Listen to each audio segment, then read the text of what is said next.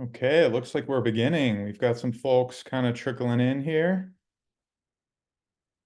I should say welcome or maybe welcome back to the Religion and Ecology Summit, day 2 of the Religion and Ecology Summit. My name is Charlie Forbes. I'm the program coordinator for the Ecology, Spirituality, and Religion program here at the California Institute of Integral Studies. Um, really pleased to welcome you here today to the morning panel. The plan is to really follow the same format as yesterday. We had a really enriching discussion, a mix of voices for the first day of the summit. We're going to follow that same pattern of the morning panel and an afternoon panel. If you're here in the morning, that's great. That means the Zoom codes are working. Um, so in any case, onward, we've got a wonderful group of panelists here. Really excited to have you all and welcome you here to the discussion.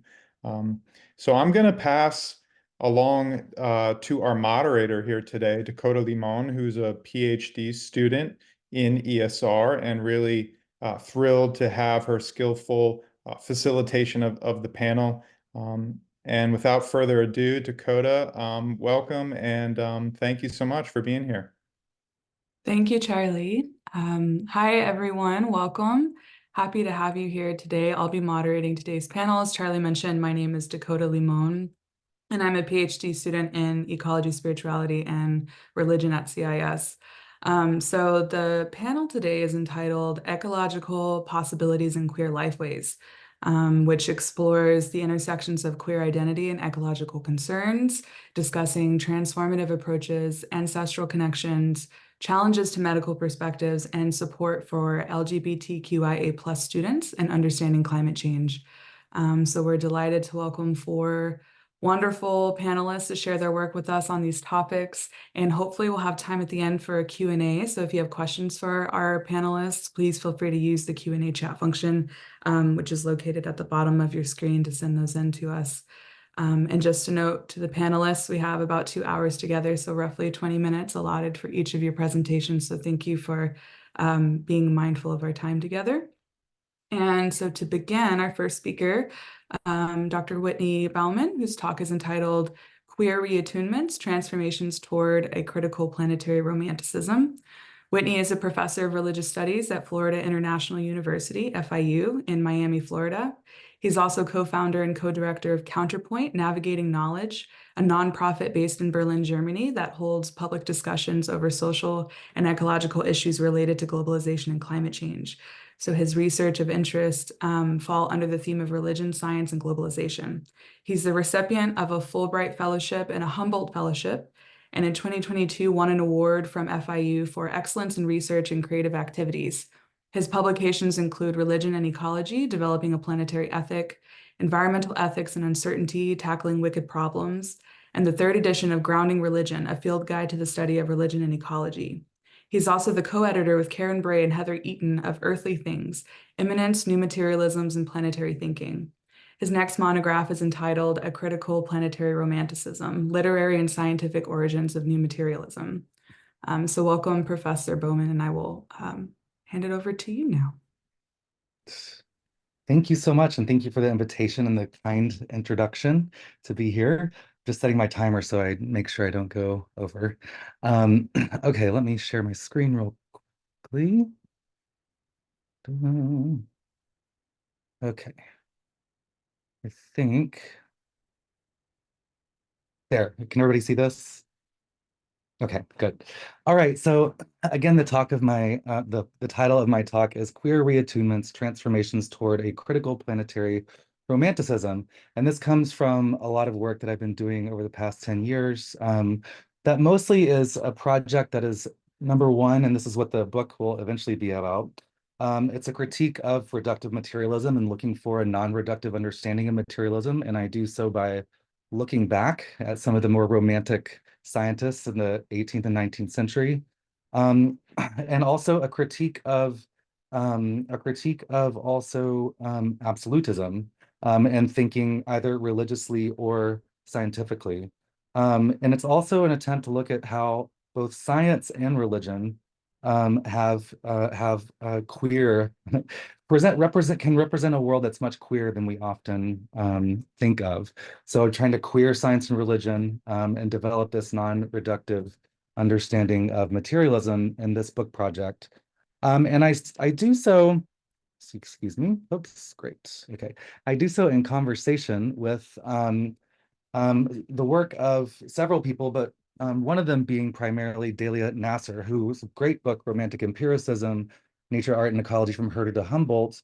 It really kind of helped set me on the track of looking at how the origins of what we call natural sciences was not in reductive materialism and only became reductive much later in a sort of large sense during the two world wars.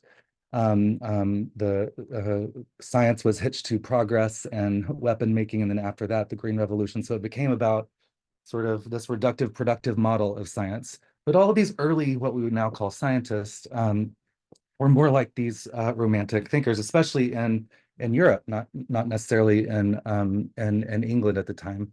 But these thinkers are romantic, she writes, because they developed an approach to the study of nature in which the arts and aesthetic experience play a crucial role. Right, so art, wonder, these things are just a part of it. And they're empiricists because they emphasize observation and seek to remain within the phenomena, right? Bodies matter, things matter, right? So it's not an idealism and it's not a material reductivism in the beginning. And the person that I decided to look at mostly because he was the popularizer of Darwin's theory of evolution known as the German Darwin, but also he coined the phrase ecology. And this is Ernst Haeckel. Ernst Haeckel, if you were reading about evolution in Europe, the America, and the North America, in Japan, and also in Southeast Asia during the 19th century, you're reading it through interpretations of Haeckel's work. Darwin was too academic and this sort of thing, but Haeckel wanted to popularize evolution, and actually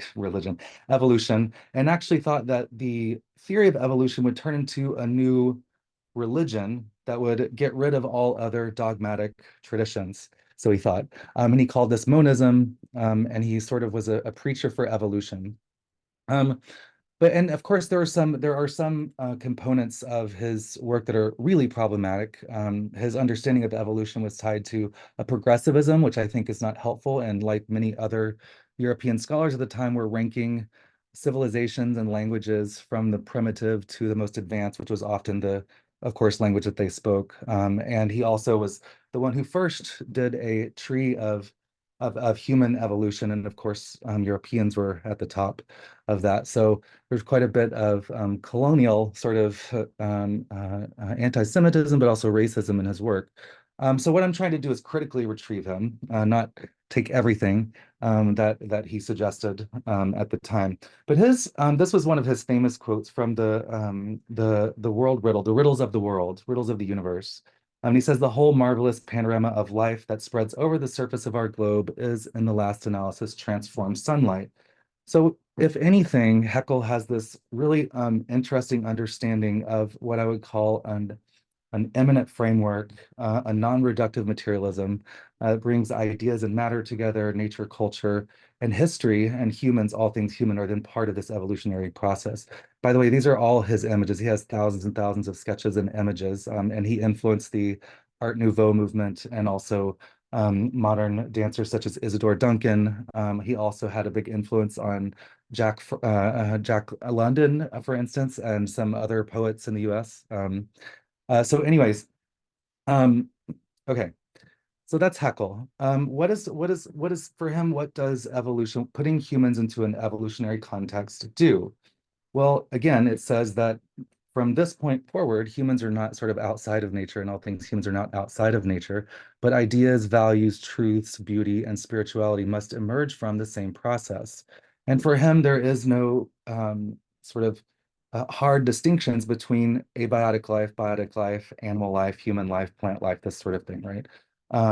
So he really does see these blurry lines, these porous bodies that we have as part of this one ongoing process. It also says that, I mean, putting humans in this evolutionary framework also suggests that the freeing of identity and forms happens, right? So this means that for one of the first times in Western thought, identities, whether it's gender, male and female, what it means to be human, these are not caught up in forms that were created, in the beginning by some sort of God, but these, whatever forms there are, emerge and change over time, right? There is order and forms to emerge, but they're not sort of set for all times and all places. So this leads to, I think, a way in which we might be able to appreciate much more the radical differences and diversity that exists in this ongoing connected process. Um, it also suggests that humans are part of nature and it's radically non-anthropocentric. One of the things that I try to look at in the book is why have the very sciences that suggest humans are not the center of the universe or even evolution on life of this planet, that we exist in a world and universe that's much more than the human. But how is it that these very sciences have still come to be used to create this reductive productive model of the rest of nature for human beings, right?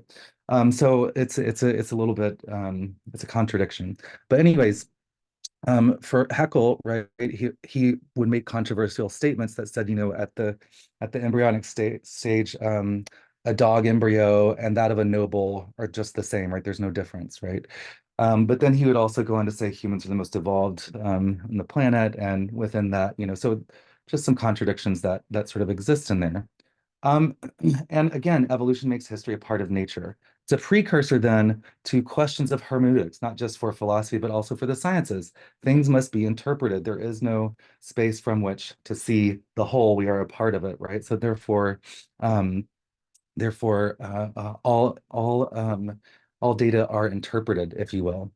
Um, and there's been a lot of work within the sciences since then, of course, in terms of looking at both looking at queer readings of nature, but also the ways in which the sciences are ultimately sort of queer in the sense of queering forms and queering the edges of our knowledge and this sort of thing. So you have Haeckel's work here what is what I'm talking about mostly with this idea of evolution, diversity, and the freeing of human identity. He influenced people like Magnus Hirschfeld here, who then went on to found the first institute for the study of sexuality in Berlin in the late 19th century. And this was a place that explored trans identities, genderqueer identities, both scientifically, but also there was a place where people could gather, right?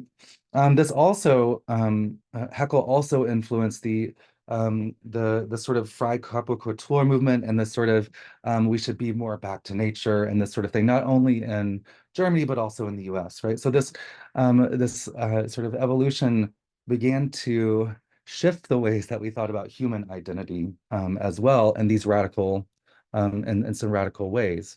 Of course, you have people and many other scientists like Joan Roughgarden and others who are looking at, look at all this diversity of gender and sex and sexuality and nature. Of course, that's going to be the same in the human world as well, which is sort of like kind of a contradiction, looking to nature to confirm confirm queerness and this sort of thing. But nonetheless, it's a helpful exercise. And I think one of the things that really led Haeckel and other evolutionary thinkers of his time, but still today maybe, down the wrong path was a more progressive understanding of evolution, right?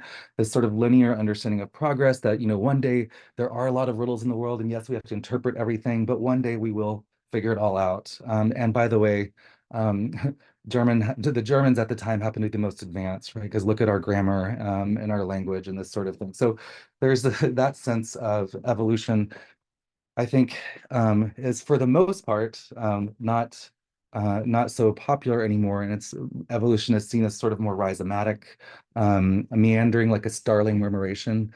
There are patterns to it, and of course habits and directions, but it sort of flows into different sort of patterns depending on the movement of all the different birds that make up the murmuration, so to speak. So again, I think this idea, placing humans within an eminent framework is not the problem. What the problem is the imposition of a single progressive narrative over the whole thing. So I want to avoid that in my development of this critical planetary romanticism. Again, for Haeckel even, he writes, once you place humans within nature, nature has to be interpreted. Species, he understood, I mean, like Darwin's entangled bank are heuristic devices, right? They change over time. They're not written into the rest of the natural world. Our identities are sort of ecotonal, and that is,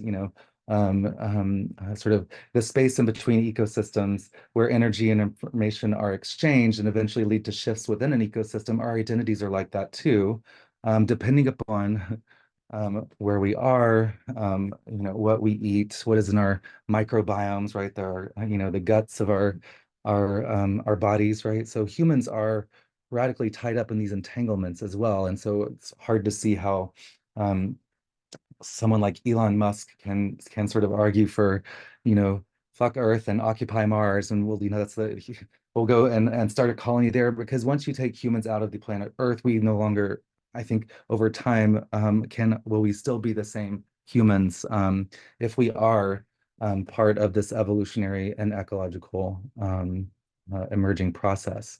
And then, of course, you have people like Karen Barad and her understanding of physics. And she is, as most of you probably know, a physicist and a philosopher. But she says, science should have gone with Niels Bohr's indeterminacy rather than Heisenberg's uncertainty, because the universe and life and the world and all of it is just fundamentally indeterminate, right? And so she also brings up the point of, we base all of our observations on the 5% of the visible, universe that we can see. The other 95% is not dark matter and dark energy, right? Brings up questions along with a lot of other people of a multiverse, right? Maybe we're not in a single universe, but perhaps there is some sort of multiverse in one of many different ways. So just, I think, in helpful ways brings about the questions, right, and the queerness of our world and our realities, rather than sort of saying, okay, we're going to figure this out and science will have all the answers and this sort of thing. So she talks then about sort of, habits of becoming, her performativity, Butler's understanding of performativity, sort of all the way down, right? That yes, whatever natural laws are, whatever the emergence of order is, it happens over time because life performs in that way that sort of replicates, through similarities, but also creates differences in that replication, right? So this happens not just with humans, but all the way down, so to speak. And then on the religion side, these are just some examples, right? I try to bring up some more of the transgressive elements of all religions, or what I would rather call meaning-making practices, right? From death of God theologies and the critique of logocentrism to the apophatic and negative thought that later influenced some versions of deconstructionism, right? To the idea of not this, not that, right? That whatever we say about something, then that thing can't be what we said it was, right? You can only say what something's not, basically, right? To the idea of dependent co-arising, right? Patika Samuppada, that everything is sort of connected in the sort of Indra's net way, so therefore things can't be separated out, right? I mean, I think nothing's more queer than a God man coming around saying, leave your families and let's start a new family, with roaming around with these people in the desert, and there'll be no male or female and Gentile or Jew, so on and so forth. So that'd be the whole beginning of Christianity. It seems to me it's just a little bit queer. And if you look at some of the new work that's being done on the early Jesus movements, indeed people were experimenting and living and sort of communally and all sorts of gender bending in all sorts of different ways. And then of course you can look and find all sorts of trans saints and stories.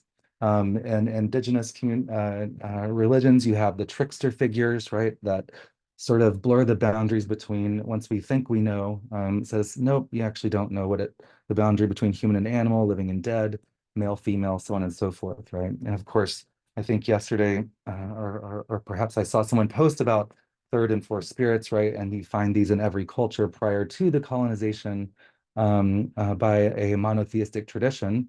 And within that, mostly I'm talking about Christianity and the sort of Western world, and Islam in Southeast Asia and some other places. But prior to this sort of being colonized by this monotheistic tradition that has very distinct gender and sex dimorphisms, you had multiple genders in virtually every culture in the world that we know of. And so I'd rather look at how religions then can help us to sort of reattune to our worlds around us, to help us make meaning out of these changing contexts, right? How do they help us pay deep attention to the emergent life forms in the process? And I think one way that religions can help us do that is through all of their rituals of slowing down, whether it's reflective prayer, meditation, fasting, all these sorts of things. There's so many rituals that help us slow down from the fossil fueled world in which we live that then allow us to pay more attention to the earth bodies around us, right? In ways that that help us to see our connection in this sort of radically immanent sort of way. I'm just going to skip over a couple things here because I notice I might have about 3 minutes.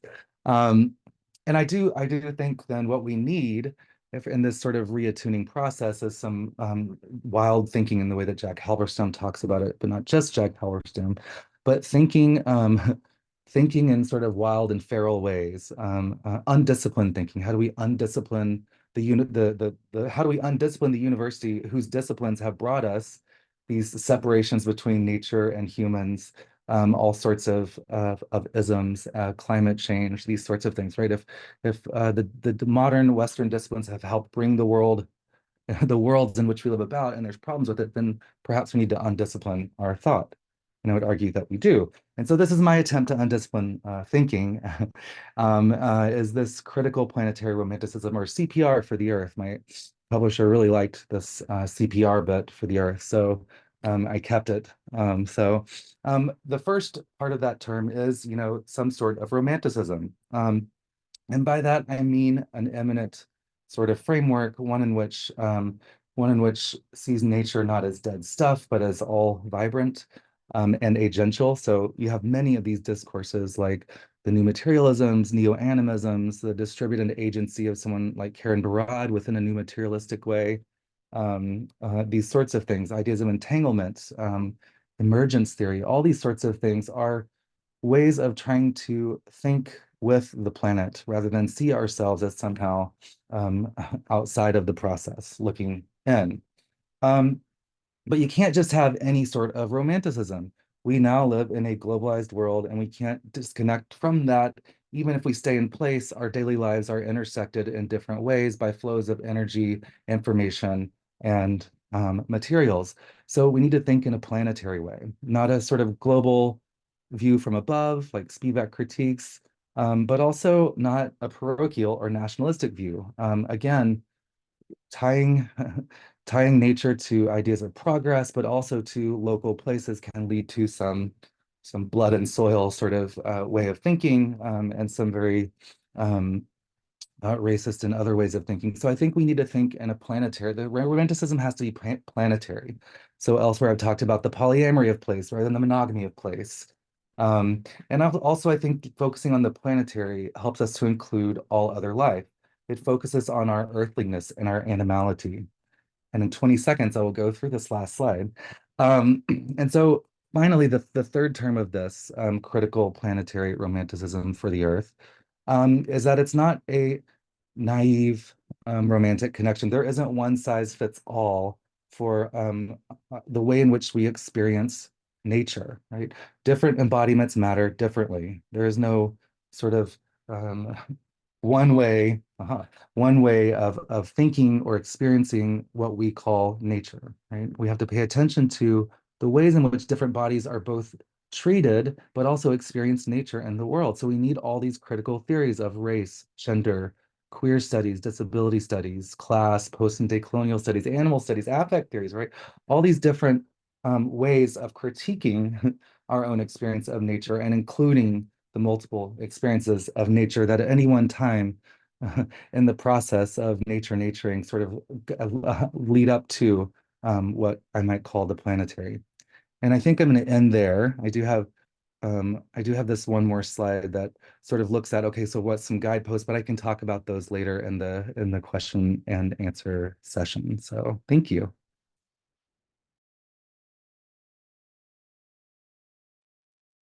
Thank you, Whitney. That was great. I really appreciate it. So our second speaker is Dr. David Andrew Griffiths, whose talk is entitled Intersex Connections. Dr. Griffiths is a senior lecturer in the Department of Sociology at the University of Surrey, UK. He's a founding member of the university's Sex, Gender, and Sexualities Research Center. His research brings together gender and sexuality studies, feminist science studies, and cultural histories of medicine and health. He's interested in queer approaches to the body that challenge medicalizing or pathologizing perspectives. He has published research on the recent and contemporary history of intersex in Britain in leading international journals. So welcome, Dr. Griffiths. Feel free to begin when you're ready. Thank you very much for the nice introduction. Let me see if I can share my screen. Okay, so is that all working? Great, thumbs up, excellent.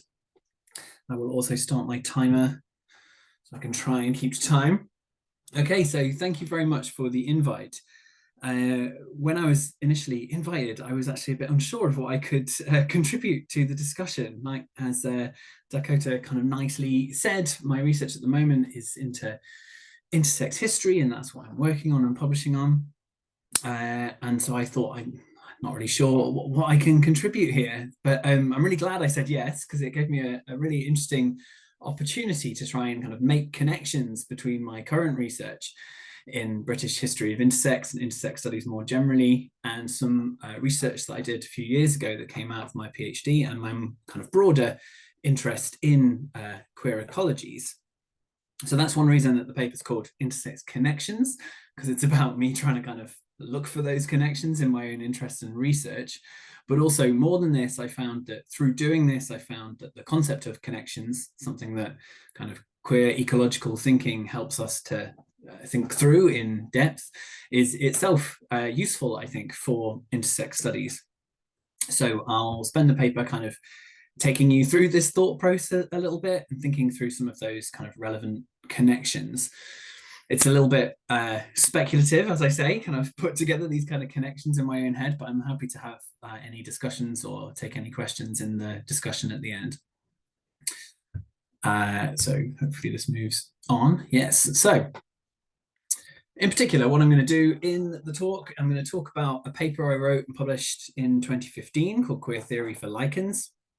And then I'm going to talk about a paper I published last year called Georgina Somerset, British Intersex History and the I in LGBTQI+. And I'm going to think about kind of concepts of autonomy and concepts of connection, and end with what I'm sketching out as a queer ecological reflection on the I in LGBTQI and on that acronym in general. Okay, so in 2015, I published a paper called Queer Theory for Lichens. So it came out of some of my research in the PhD that didn't really end up finding a home in the PhD. And it drew on my research that I was doing in my PhD into Lynn Margulis's theories of symbiogenesis, evolution by symbiosis more generally. In my PhD, I found that that concept of symbiosis and symbiogenesis were really nice resources for thinking about sex and science and our place in the more than human world that could help us kind of challenge heterosexist, patriarchal, homophobic, etc., ideas about quote unquote nature, both kind of our place in it and the idea that some bodies and practices could be more quote unquote natural than others. In the paper, I talk about lichens, so that's aggregate organisms made up of fungus, bacteria, algae, and I found that they provided a really nice, useful demonstration of symbiosis, symbiogenesis, whilst also being kind of caught up in natural cultural relationships with many other species, including humans. In the paper, I drew on a statement published in the Quarterly Review of Biology that we are all lichens. That is, as humans, we are also composite aggregate organisms. And the authors of that paper, which I found fascinating, argued that by no biological measure could humans be considered individual discrete organisms. So we know about our, the gut microbiota, every cell of our body as well being powered by ancient bacteria in the form of mitochondria. An example I use in the paper that I really like is that talking about gut microbiota, that when babies are born, newborn babies must kind of quickly get full of particular strains of bacteria and not others, so that they can digest breast milk. I think this is a great example, because that kind of the childbirth and breastfeeding kind of loom large in the kind of heterosexist patriarchal imaginary. So it's nice that even a kind of a moment like that can seem quite kind of heterobiological, can be kind of queered by thinking outside of vertical inheritance, and instead thinking about those horizontal connections that sustain us in the more than human world. So overall in the paper, I argue that ecological thinking is useful for queer theories and queer thinking is useful for ecological theories. And as I say, that lichens aren't individuals, but symbiotic processes embodied in these webs, meshes, networks of nature culture, but that we are as well as humans, and that we can kind of take that point from the quarterly review of biology, that we are all lichens, and kind of expand that and help us think queerly and ecologically about all sorts of things, including, bodies, sex, pleasures, reproduction and fertility, health and illness, community and collectivity. So that was 2015. So that was basically 10 years ago, right? Because that's my research from 2014, I suppose. So basically, from the moment that was published, my research sort of moved in another direction as I started a postdoc in intersex history in Britain. So for about 10 years now, I've been working in intersex studies, particularly focusing on recent and contemporary history of intersex in Britain, starting around 1930 up until the current day. So for any people in the audience who don't know, intersex is when an individual is born with biological sex characteristics that don't neatly line up and match our cultural assumptions of simply male or female. It's important to say that it's a very contested category, and it's defined differently by lots of different people for different reasons. The classification of what counts within intersex and what doesn't has changed over time, changes depending on who you talk to. It's an umbrella term, right? So it covers a number of bodily variations, but it's not the only umbrella term in this area. And I like to think of these all as kind of leaky umbrellas, because umbrellas are supposed to protect us, right? If you're pulled under an umbrella, that's supposed to be a good thing. It's supposed to protect you, but these umbrellas don't always work in that way for the people kind of classified under them. And some people get to be in the middle of the umbrella, some people are more on the periphery. But intersex as a generally more kind of social category. In 2005, the term DSD, so that's differences or disorders of sex development, came along. This is a category and an umbrella term that's used widely in medicine, but not particularly liked by lots of big intersex community groups.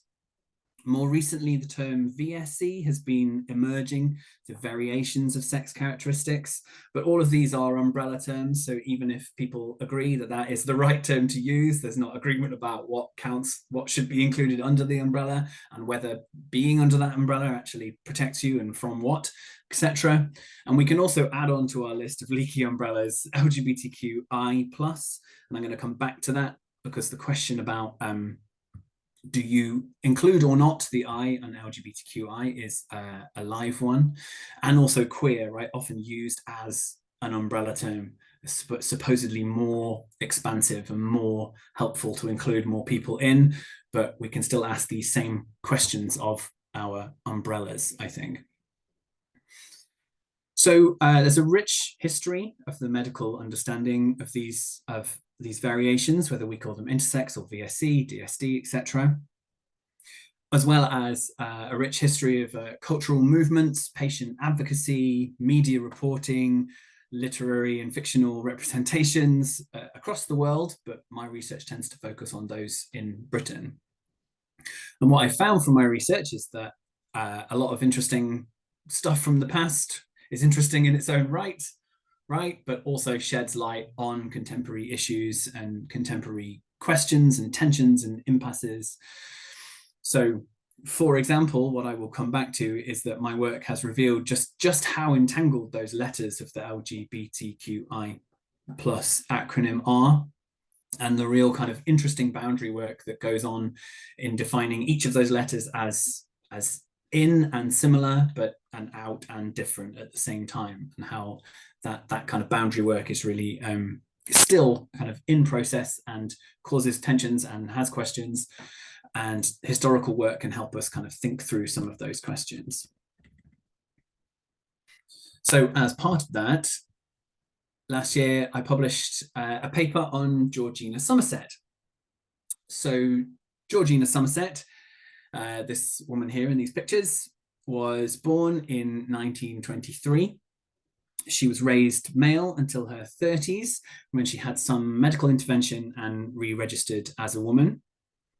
At the time in Britain, this was a very different process to today. I won't go into the technical details too much about that process, but in some ways it was easier to re-register and in some ways harder, right? That probably won't surprise anyone. But she got the medical authority and the legal authority and successfully re-registered her sex. In 1962, she was the first person to legally marry in a Church of England church after re-registering sex. And there's a picture of her wedding day there. She became a little bit of a media darling for a while, and she was the first intersex person to try and tell her own story on TV. I think possibly in the world, but definitely in Britain on the BBC. And that's a screen cap from that appearance in the BBC's Horizon programme from 1966. This Horizon episode is very instructive. It's kind of fascinating historical document in itself, but it also does a lot of things that, you know, that we're still trying to figure out today, and not everyone is always doing quite well enough. The narrator starts the program, for example, by stating very clearly that intersex and trans are different things, different categories, and then the program proceeds to completely confuse the two, conflate them, get completely muddled up. It's very interesting to see how that kind of boundary work there is being done on that program. In 1969, she took the psychiatrist Clifford Allen and the medical journal Pulse to court for libel, after an article published by him in that journal claimed that she was really a man, and so therefore really a homosexual, and therefore her marriage probably really wasn't legal. And happily for Georgina and for the world, she won that case, which is nice. So in the article, I trace how Georgina Somerset tries in court, in the media, in her published autobiography, in medical case studies, etc., to gain a specific kind of recognition. This is constructed often as not trans, as normatively female, as heterosexual. Particularly on the TV show, she really performs a kind of a recognizable white middle class womanhood to kind of legitimize her womanhood and therefore her marriage, etc. She negotiates those kind of frameworks very skillfully, but they do on occasion fail. She's not always successful in that negotiation. These are very powerful institutions that she's trying to negotiate, right? But what's really interesting, and the argument that I make, is that kind of attempt to find recognition, and then the failure of that, and the misrecognition that comes along, and the misrecognition that she suffers in that, is still incredibly pertinent to intersex people today, and the kinds of frameworks within which intersex people often have to try to find recognition. So the two big dominant frameworks within which intersex is often understood is either as an issue of gender and sexuality, so kind of in that LGBTQ plus framing, or as an issue of bodies and disorder, so then within that kind of medical framing. Both these frameworks are inadequate, and indeed we can think of them as a kind of a form of potential epistemic injustice. So in the article, I interrogate the question, should we add the I to LGBTQI? And it's a big question for a lot of kind of LGBTQ plus, however that acronym is styled, groups. And people with lived experience in this area do not necessarily agree on the answer to that question and the best way forward to answering that question. In the article, I basically argue that it might actually be the wrong question. So instead of asking about addition, we should potentially move to asking about recognition. So as we have historically worked out complications and difficulties and definitions and understandings of sex and gender and sexuality, intersex has always been there, both as something to be explained, but also as an explanatory lens itself. Hill-Martino kind of perfectly said that intersexuality is a major conceptual center of queerness, the figure that non-normative genders and desires are and have been historically understood through and in relation to. Simply put, I claim that medical, scientific, and philosophical discourse on intersexuality is at the very root of contemporary understandings of sex selfhood. And my historical work in Britain, and particularly this paper on Georgina Somerset, certainly supports this claim. So it seems like a bit of a non-starter question to say, do we add the I when the I was there all along? Instead, we might need to start asking, what does it mean to say the I was there all along? How do we recognize that it was there all along? And what does that recognition and not misrecognition look like? And what responsibilities does that recognition bring? Okay, so those two papers, almost a decade apart. So what are our intersex connections? So I've been thinking for this paper today on how queer ecological thinking, specifically around connections, help us think about some of the pressing questions in intersex studies. And for example, that question about kind of the LGBTQI acronym. I want to start with a couple of points that Ian Morland made in 2012 in his article, The Injured World, Intersex and the Phenomenology of Feeling. And he starts from this point that bodies are inherently leaky, something we'll recognize from the talk just before us. We were thinking about kind of the porosity of bodies. And Morland takes a phenomenological perspective, saying that that very kind of porousness, the porosity of our bodies, is part of our being in the world, being able to recognize and respond to others and have others recognize and respond to us. He says the capacity to feel is the trans-individual condition of being sensible with others, and the curtailment of this capacity, of one's capacity to be affected by others, is nothing less than a dwindling of the world. So then intersex surgeries, in Morland's argument, because they often entail a curtailment of one's capacity to be affected by others, is about curtailing your capacity to be in the world, and therefore is a dwindling of the world. And that we shouldn't necessarily think of this on an individual scale, but what he calls a trans-individual scale. And I'm thinking again about connections to the previous paper about this kind of planetary perspective that is being suggested here, this whole worldly kind of approach. Morland uses feeling as an analog to Merleau-Ponty's flesh.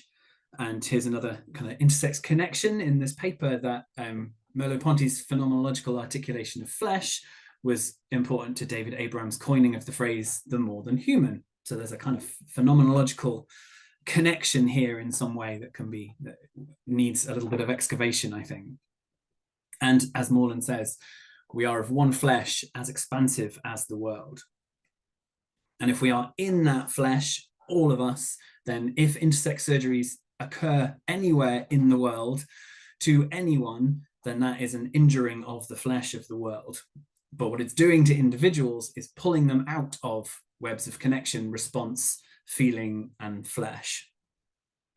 The bit that has always really stayed with me of this paper is this kind of what I think is quite a quietly radical critique of bodily autonomy that he does here.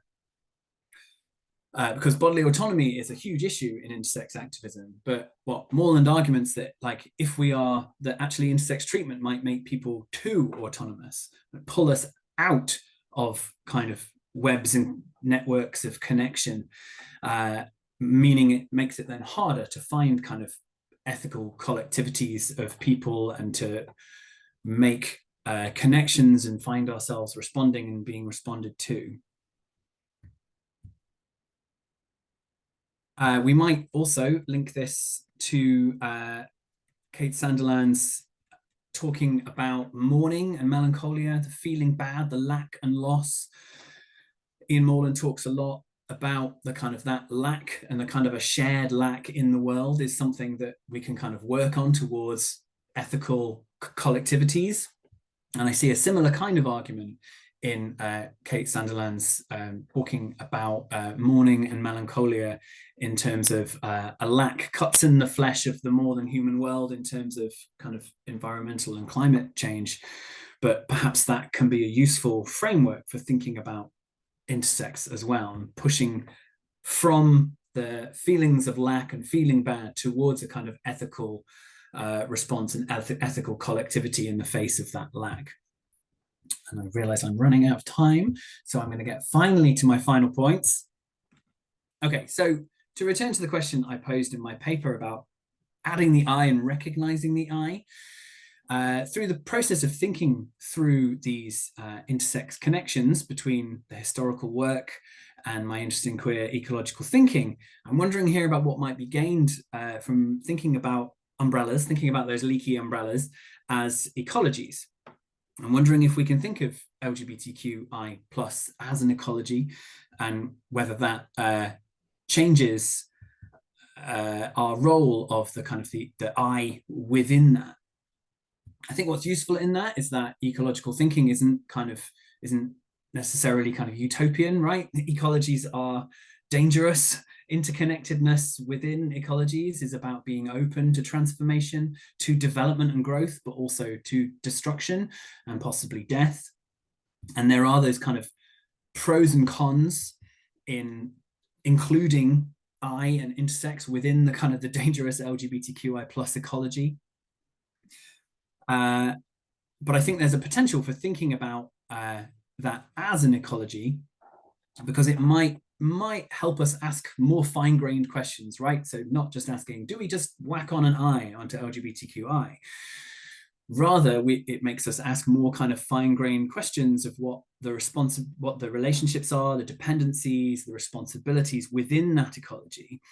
It becomes possible to think about, for example, what is gained and also lost from thinking about I in terms of LGBTQI. Intersex advocacy has gained a lot from association with L and G and T groups and associations in terms of funding and recognition and all sorts, but there are also real dangers when specific issues for intersex people are kind of lost within those bigger groups. But I think that, I will finish now, that we can hopefully use this queer ecological approach as a jumping off point to ask kind of what work is needed and by whom to kind of support the flourishing of intersex people and the intersex movement within these kind of potentially dangerous ecologies, and how we might strive for real recognition and responsibility within them. Thank you. Stop share. Great. Thank you so much, David. Really appreciate your presentation. So our third speaker today is Lou Flores, whose talk is entitled "We Become Those That We Praise, Liberative Ecologies and the Roles of Ancestral Venerations." Lou is a diviner and metaphysical reader who facilitates spiritual connectivity and transformational empowerment throughout his myriad roles as priest, lecturer, author, medicine maker, and activist. His work is inherently interdisciplinary and intersectional, bridging the fields of herbalism, ecology, divination, poetry, psychology, religious studies, gender and sexual studies, mixed media art, and perfumery. Lou is the co-founder and executive director of Water Has No Enemy, WHNE, a nonprofit committed to healing justice. WHNE seeks to honor the timeless and enduring Indigenous wisdom stolen from communities of color through centuries of slavery, colonization, and institutionalized oppression, and reclaim it for today's world. The organization offers a collaborative space for changemakers to explore healing justice with the belief that true healing occurs at all levels, from the individual and social levels to our relationship to the natural world. Lou was initiated into the Orisha priesthood in 2007 under his godmother and received his Itefe, or high priesthood, in Ile-Ife, Nigeria in 2016. Lou was elevated by his elders to the position of co-presiding priest for a spiritual congregation in 2021. So welcome, Lou, and feel free to begin when you're ready. Thank you, everyone. As a way of entering this conversation, I honor the collective wisdom present within this space, encompassing facilitators, panelists, participants, and future viewers. I humble myself before the profound animating spirit that permeates not only within each of us, but also with every life form, visible and unseen, present in these conversations, as well as the sacred lands in which we inhabit. Additionally, I seek the permission to speak from all of the elders, medicine and wisdom carriers, officiants, priestesses, and priests present.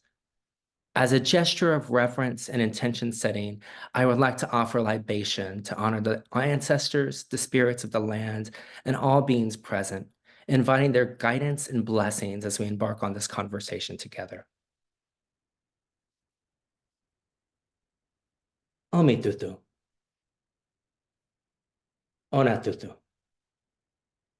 Tutu ori, tutu eshu, tutu onile, tutu ego, tutu orisha, tutu irunmole, tutu eshu laroye, kosi ku, kosi oro, kosi ofo, kosi aron, kosi fitibu, kosi idina, kosi ekba, kosi ese, kosi eyo, ariko babawa, ariko iyawa.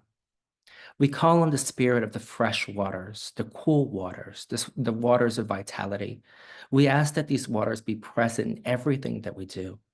We give water and the animating spirit of water to the earth beneath us and all of the wisdom and earth keepers who have continually, for generations, prayed on our behalf. We offer the vitality of water, the freshness of water, the coolness of water to our own indwelling spirits, our own indwelling consciousnesses. We offer the spirit of water, the coolness of water, the freshness of water to all of the generations of ancestors who we stand on the backs of. We offer the spirit of water, the coolness of water, the freshness of water to all of our divine messengers who take our prayers from the earthly realms into the unseen realms of the ancestors. We offer the spirit of water to be present in our relationships with the Egun, the ancestors, with our relationships to all of our divinities, with our relationships to the ways in which our prayers are manifested before us. We pray this day and every day, and we set the intention that all negating forces, seen or unseen, are inherently and immediately averted from our paths, that the spirits and warlords of negativity, the spirits of disease and illness and death and poverty and dissension and systemic oppressions are immediately averted from our paths and from this conversation. We ask that all of the negating forces are removed before us and that we become invisible on their paths. We pray to the spirits of our mothers, the spirits of our fathers, the spirits of all those who have ever loved us to never see death before our time. Ashe. We become those that we praise, liberative ecologies and the roles of ancestral venerations. For the master's tool will never dismantle the master's house. They may allow us to temporarily to beat him at his own game, but they will never enable us to bring about genuine change. Audre Lorde. I believe in human ecology, When humanity starts to treat each other humanely, then nature will take care of itself. Makota Valdina Oliveira Pinto.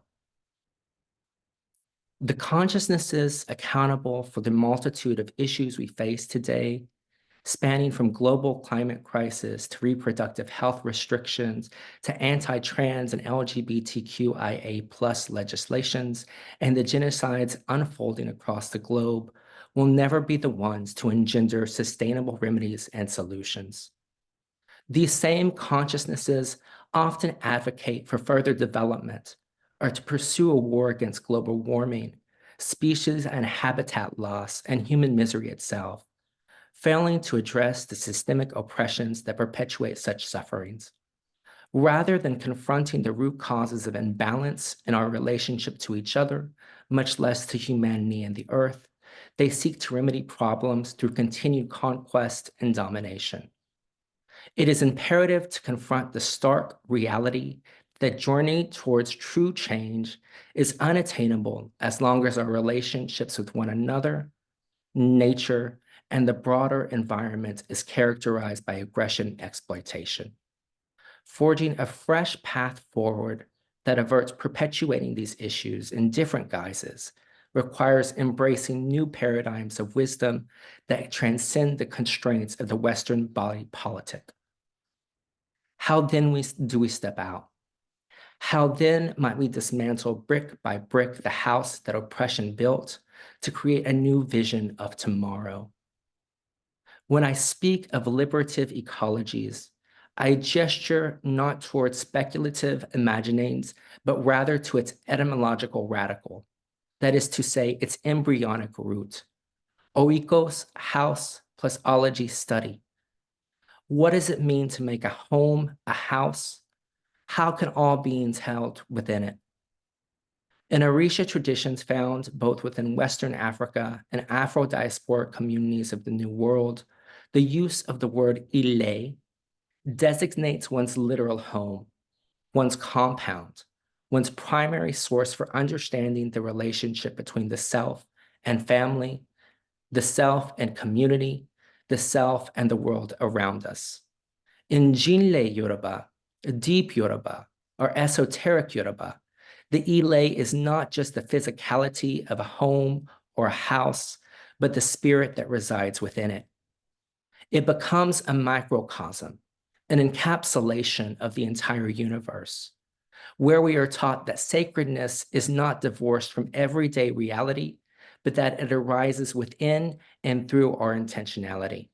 The ways of perceiving reality as a living beingness, a becoming, a blossoming forth of an ongoing intelligence that speaks beyond our sensory perceptions. How do the ways we interact when tending to the home and all of our relationships within it permeate beyond its boundaries? Within the ile, every aspect of existence is imbued with significance and interconnectedness, exemplifying the concept of contraaction. That is to say, an agency that is not inherent property of an individual or human to be exercised, but as a dynamism of forces. It is not merely a physical dwelling, but a multivalent sanctuary, a locus of transgenerational wisdom and the divinities of the land, location, and elements. In this sacred space, rituals are performed, prayers are offered, and the connections are forged between the living, the dead, and the yet to be born.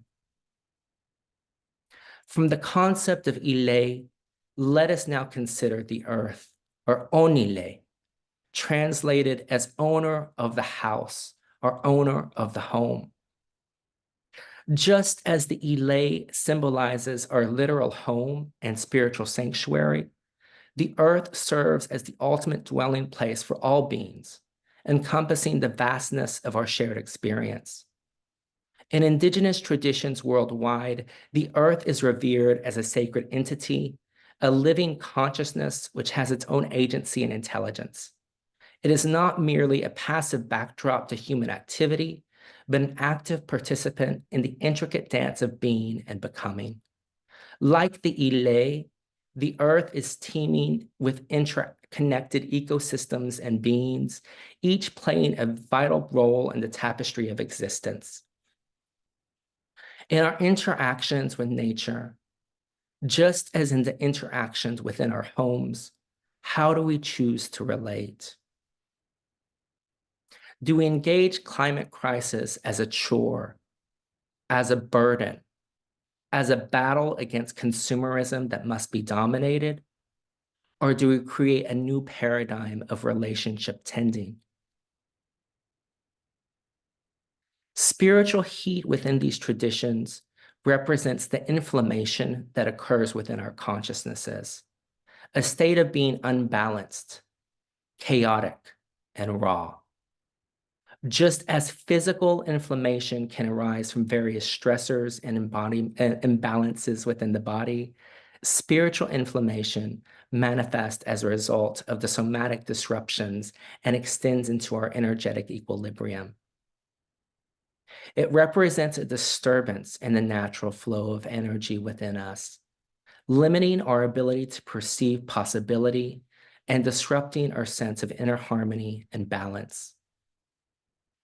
This internal turmoil, fueled by societal pressures, systemic injustices, and the disconnection and objectification of nature, becomes a mirror of the larger pathology of global warming.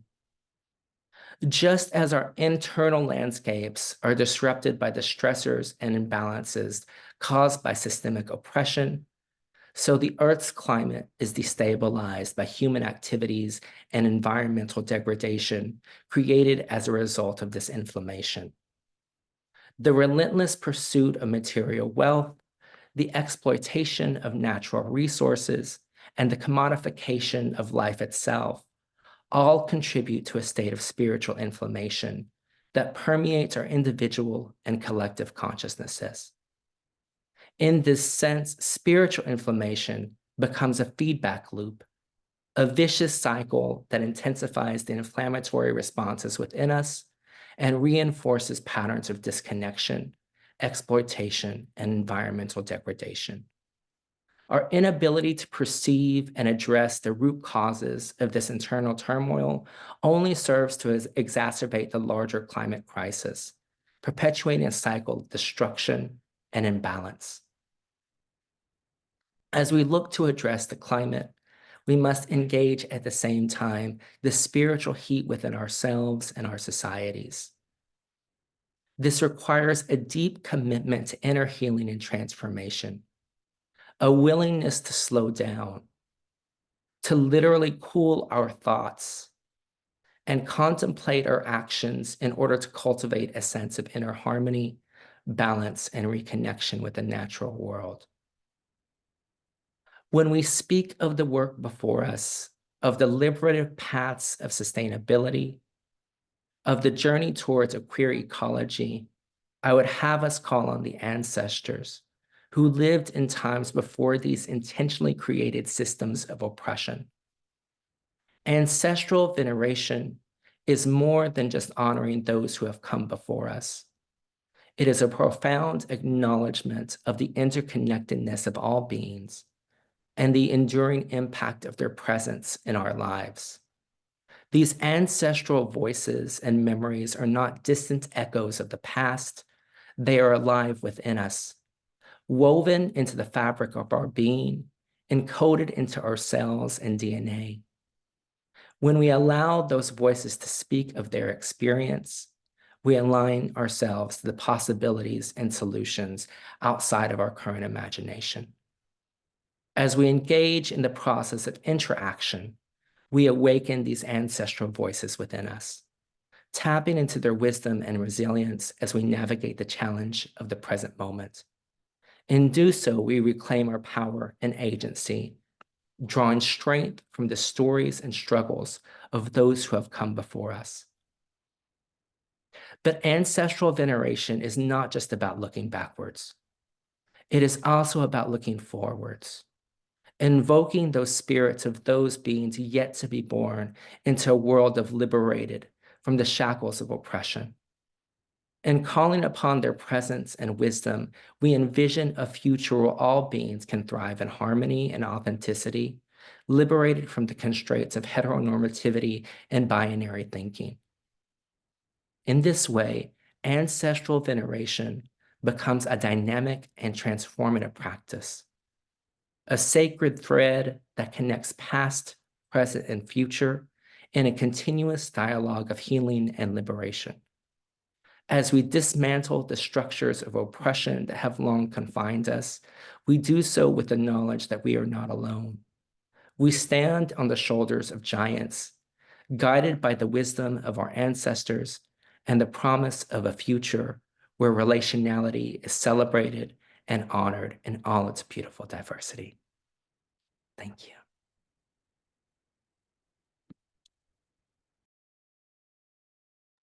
Thank you so much, Lou. That was really beautiful.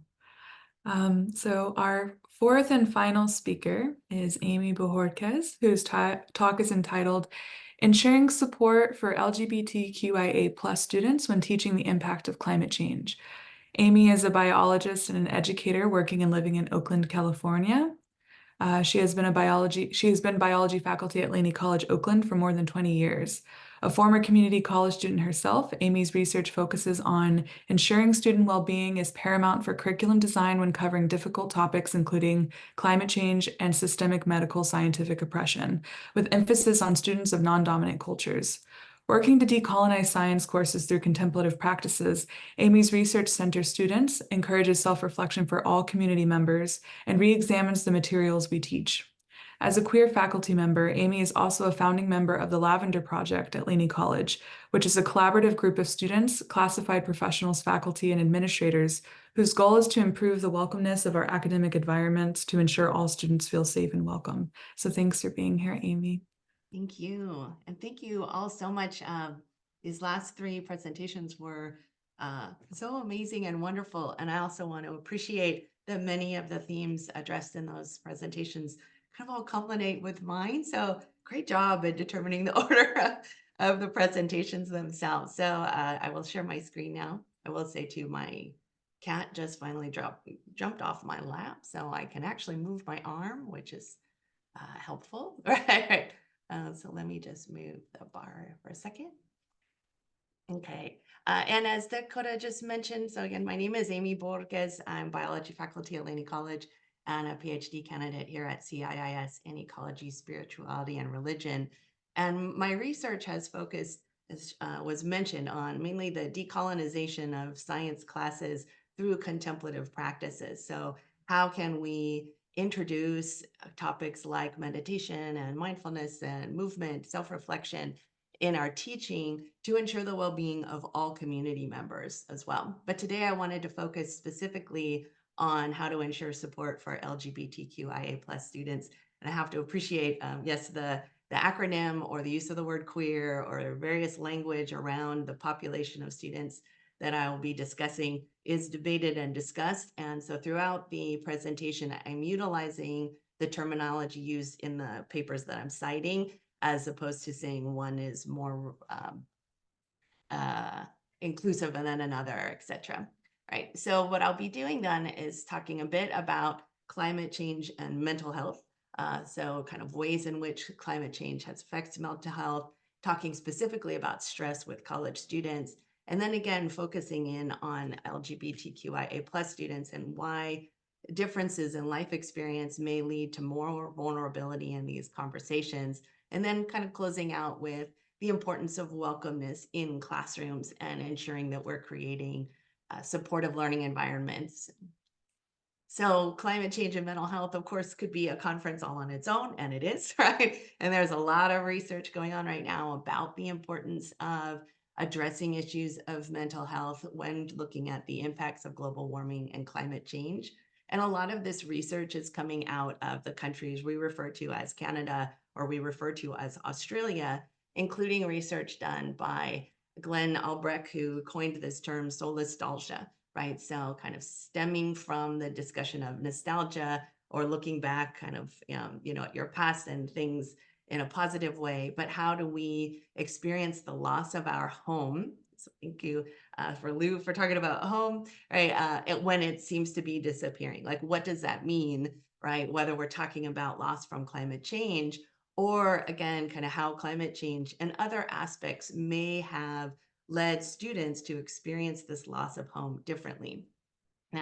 There's another researcher named Susan Clayton, who's actually at College of Worcester here in Ohio, who has kind of mapped out these 4 pathways of impact of mental health and climate change. And this can relate to the students that we have in our classes. So for instance, living here in Oakland, I may have students who are originally from the Sierra foothills, but potentially have lost their homes because of experiences like wildfires, right? So these discrete events. Or I could have students in my class now that have moved to this more urban area because of increasing in global temperature and changes in patterns of rainfall that have made students move or leave areas that are more agricultural from different states or different places, right? Because they no longer have the economic availability of jobs or their livelihoods. Or I may have students in my class who have experienced the indirect effect of things like decreases in air quality or political and social unrest associated with climate change and our changing economic structures, right? So students may be coming from other countries because of these experiences. Or I may also have students who might not have been directly impacted by climate change, but this perception of a future that is, somewhat dire and things, or perceptions of impacts, are what Susan Clayton refers to as climate anxiety, right? Still may have a huge impact on mental health when we start having these discussions in class about climate change. Now, for college students, this is particularly important because as we look more deeply into college students and stress, like for instance, in this study from 2019, that studied 14,000 students over 8 countries, 35% of students identified having mental health concerns. And in the US, a lot of these revolved around anxiety. Similarly, in another study in 2020, 1/3 of students exhibited mental health problems, with only half of them actually seeking help, even when resources were available on campus. And this kind of also speaks to another study that looked at adults in the United States, and 1/4 of those adults actually talked about having mental health disorders, with about half of them stating that started between the ages of 14 and 25. So again, kind of high school, college age individuals. And then looking at resources available, another study looked at the increases in demand, about 68%, right? More demand for resources between 2010 and 2015, with increasing risks or increasing demand from individuals of racial or ethnic minorities. And again, the language of the paper itself. You might notice too that these studies are all pre-pandemic.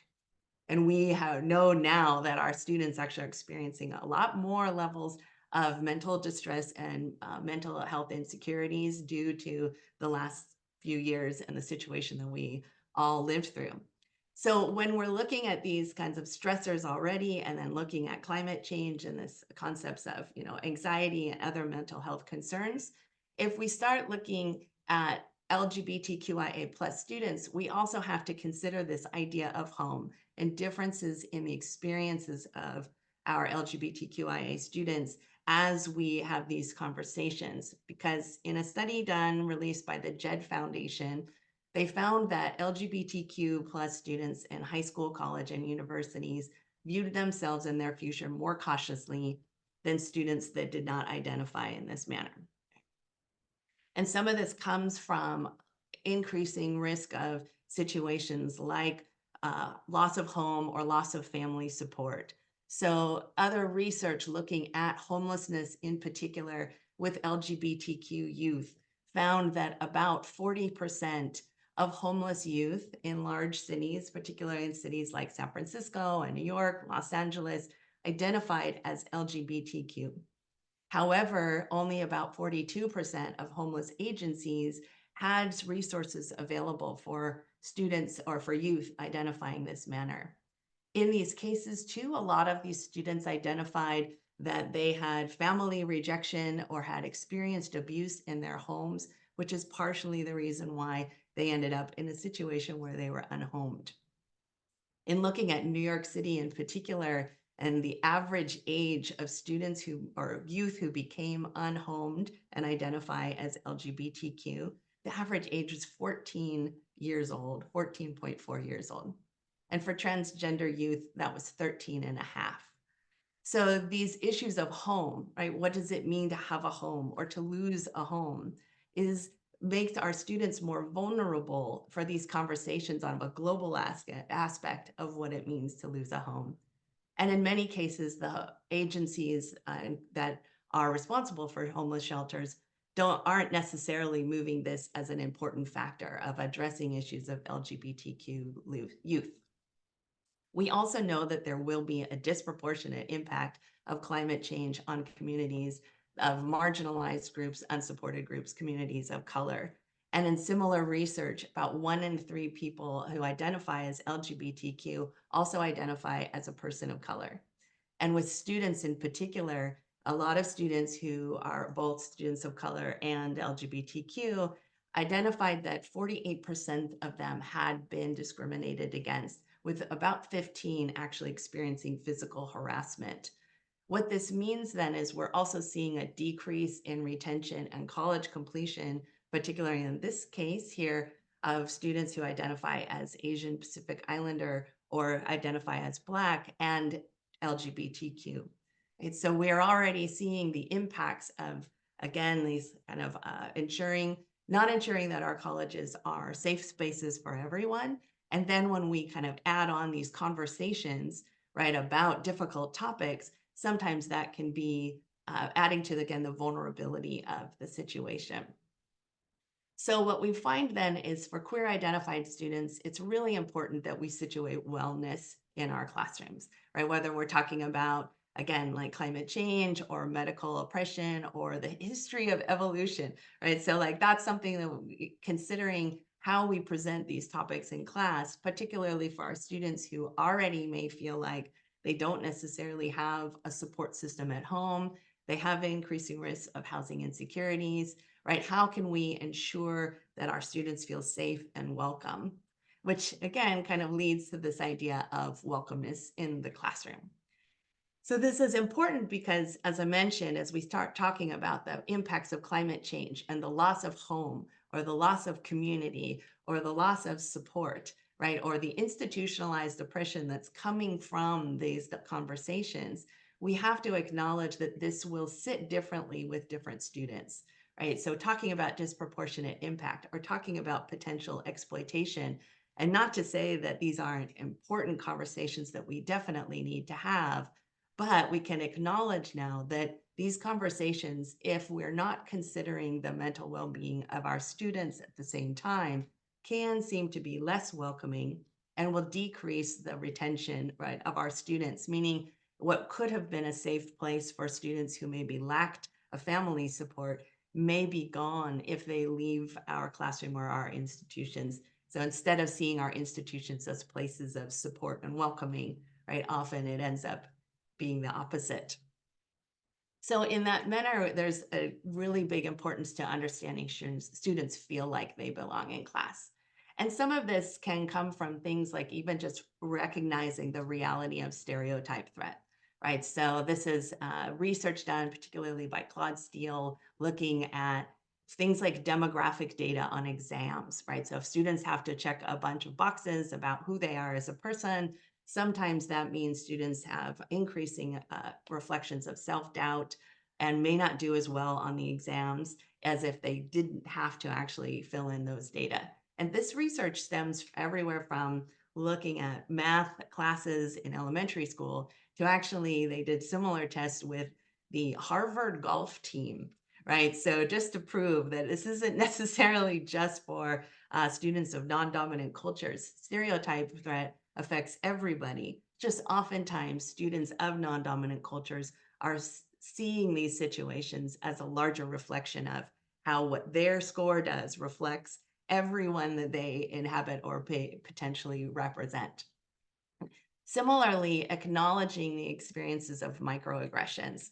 So particularly when we talk about African-American male students in colleges, things like ascription of intelligence, like, oh, you must not be in the right class because this is advanced calculus, or assuming that people play sports, or we talked about pathologizing culture earlier, right? Or even looking at things like whether students belong. And people may be well-meaning in what they're trying to say, but often that's not the way that those words are actually taken in by the other individual. So being aware of language choices, right? Like even this idea of the letters that we're using, or the use of the term queer, or the way I bring things into the classroom, being a queer, mixed race, right? Individual in my 50s who loves Star Trek, right? Like all of those things are going to impact the way that I appear in class and the welcomeness of class. So that means that we can do things though, like assuring self-affirmations in class. So the Cohen and Sherman article that I referenced at the bottom of the slide looked more specifically on how students could mitigate things like stereotype and self-doubt by experiencing things like, well, what are some great things that happened this month is usually what I say, because sometimes students have a week where they can't think of something that actually was good that happened, right? Or what is something that's making you smile? What's a funny video you saw on TikTok or something like that, to kind of help students feel like, oh yeah, that's right, there are some good things in the world. And when we have these conversations about the destructive nature of climate change, it's really important that we can kind of shift some of this narrative in a way of like, this can also be an opportunity to grow as a community and work together. So from this, then, communication and dialogue really seems to be the key.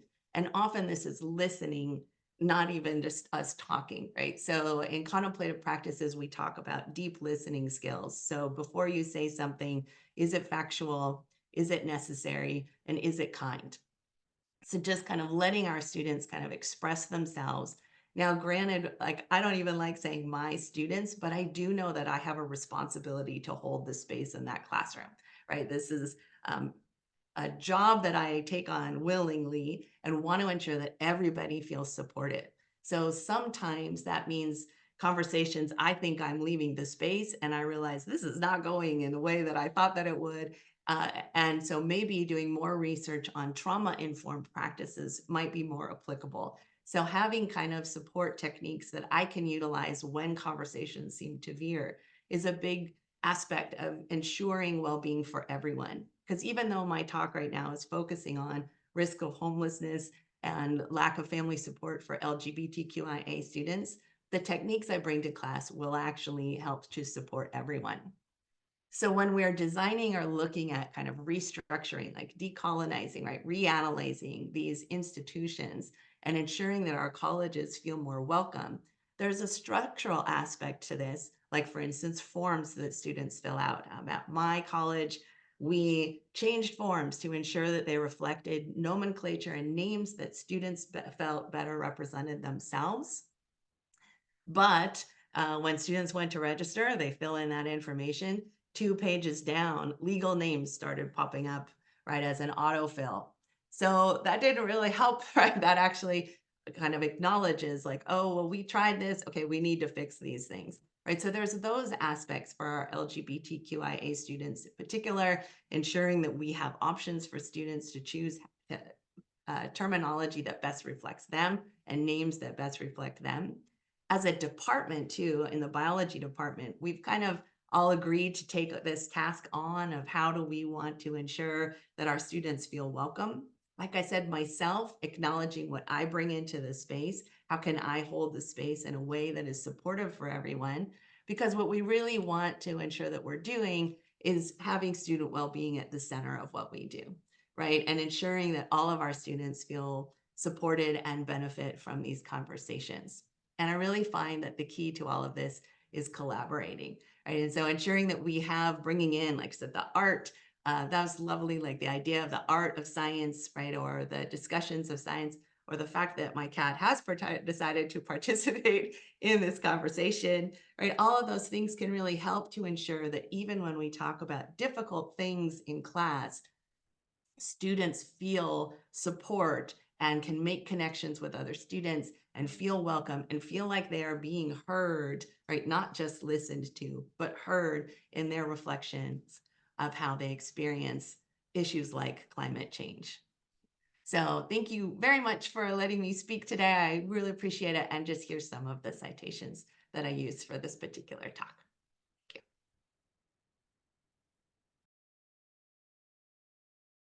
Awesome. Thank you so much, Amy. So thank you everyone for your participation in today's panel. I found each of your presentations to be really thought-provoking and edifying and timely. So I really appreciate you sharing your heart and expertise with all of us. And in particular, I appreciate the ways in which each of you seeks to investigate and give context to and liberate our perceptions and some of our relationships from aspects of the cultural infrastructure that are not aligned with planetary well-being and in some cases completely undermine it. And you all do so in such innovative and integrative ways, whether it's in medicine or in the study of religion and evolution or in the classroom or in healing justice spaces. So it's just really powerful and inspiring. So thank you again for contributing to the conversation at the summit. And so now, yeah, unless the speakers have anything else they'd like to add that they weren't able to share yet, or in response to what I just said, I think we will move on to the Q&A if there are some questions in the queue that are of interest. Does anyone have anything to say? If not, I'll just transition us. Yeah? Okay. Okay, let's see. We've got some things happening here. So there's a question from Craig that feels like it could be general for any of the panelists to answer. Can you give examples to better understand what you mean by queer theories? It's not a term I know or understand. Also, is gender black or white or a continuum between male and femaleness like the yin yang? I mean, I guess I'll start. I think defining queer theory is about as hard as defining what religion is or what what it means to be human. I think people have different interpretations of it. But when I use it, there's a little bit of a folksy thing to it, and that is, this old expression, queer as folk. Everybody's just as weird as everybody else.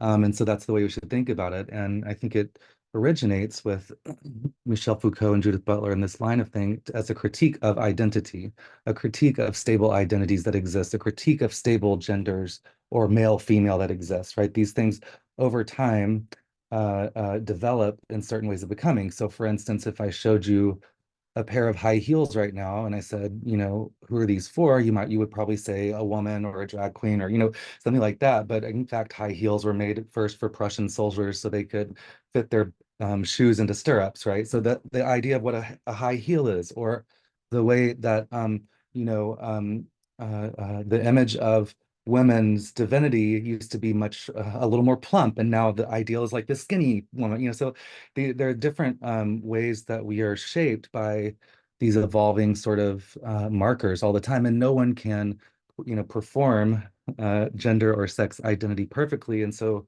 the idea from queer theory is that over time the people that are left out of certain assumptions build up around the edges and then come back to sort of haunt and open up our categories and change again and this sort of thing. It's more of an ongoing fluid process. That's how I would describe it.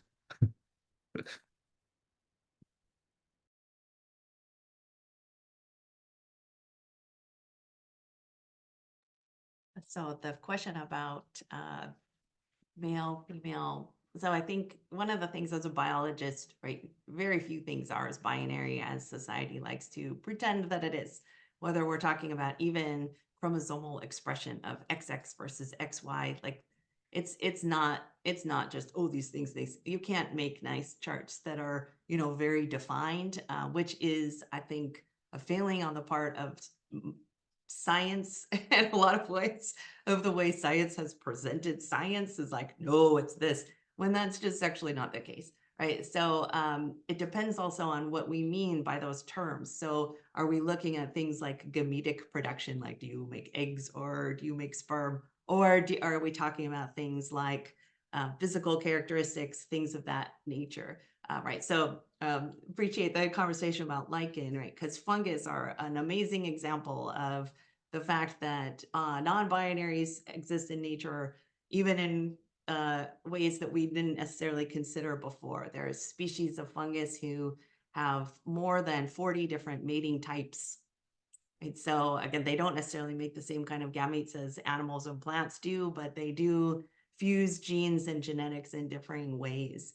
So I think a lot of, and I would say like queer ecology and looking at biology in ways biology really is represented is getting away from that idea of this or that.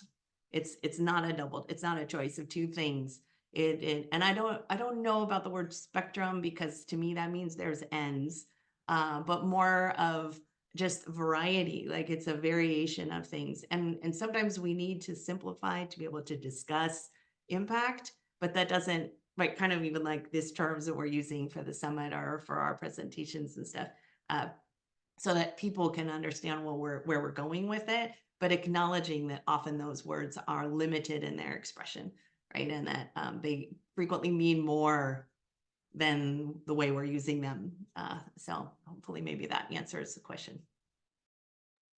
Yeah, can I jump in there as well? I think I think that might be one of the reasons that the term variations of sex characteristics is kind of emerging and becoming more popular, because of that emphasis on variation rather than kind of two poles and people being in between two, and this idea of variations, but also of sex characteristics in the plural, and that it is more helpful to think in that kind of more detailed, fine-grained way about characteristics in the plural that might themselves be multiple and have many variations between them as well.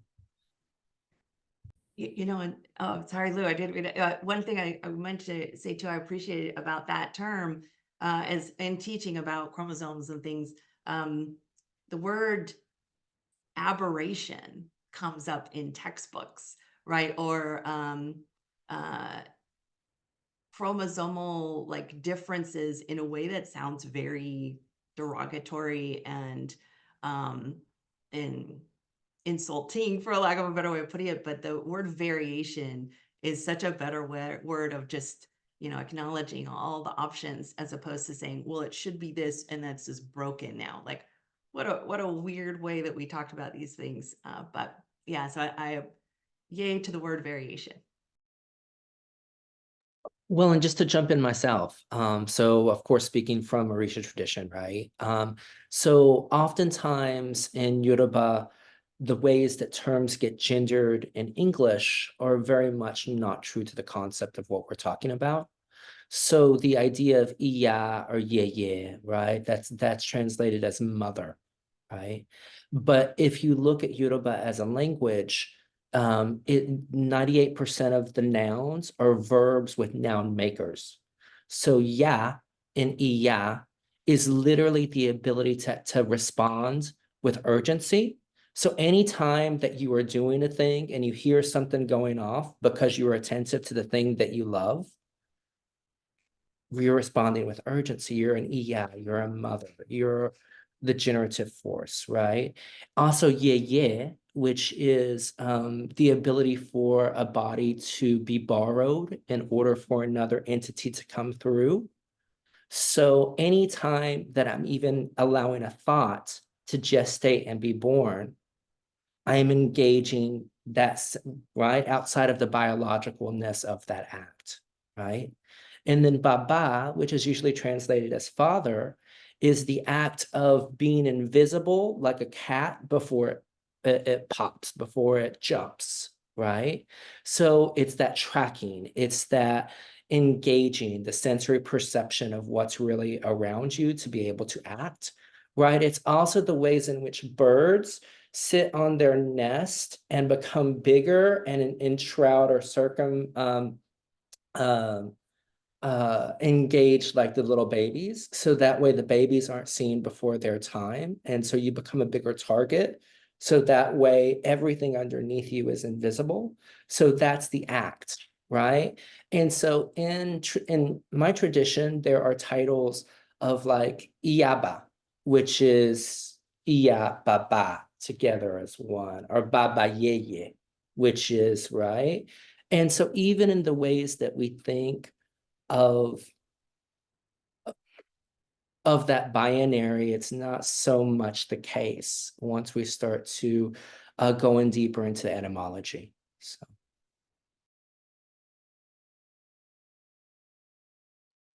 Thanks. David, I'm going to put you on the spot a little bit because you have a lot of questions. So there's a simple clarifying question from Robin. They say, I admit to being unclear why Georgina Somerset is intersex and not understood as transgender. Please explain.